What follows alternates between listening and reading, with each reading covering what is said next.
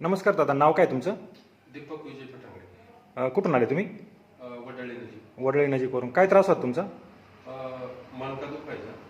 पाठीचा? पाठी. किती दिवसापासून होता त्रास? तो 2-2.5 महिन्यापासून 2-2.5 महिन्यापासून दुखत होत जास्त. आता कसं वाटतंय ट्रीटमेंट नंतर? आता एकदम बरं वाटलं. खूप चांगलं वाटलं ना?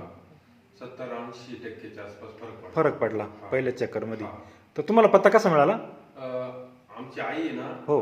पंढरपूरला चालली होती पण दिंडीमध्ये. हां हां हां. तर तिचा पाय मुरगाळला. हो. तर मग तिचं कोणतरी बोललं इथं का इथं डॉक्टर आहे बा. हां हां, ट्रीटमेंट होती इथं असं. हा, मग इथं आल्यानंतर तिचा पाय थोडीशी मालिश केली. हो.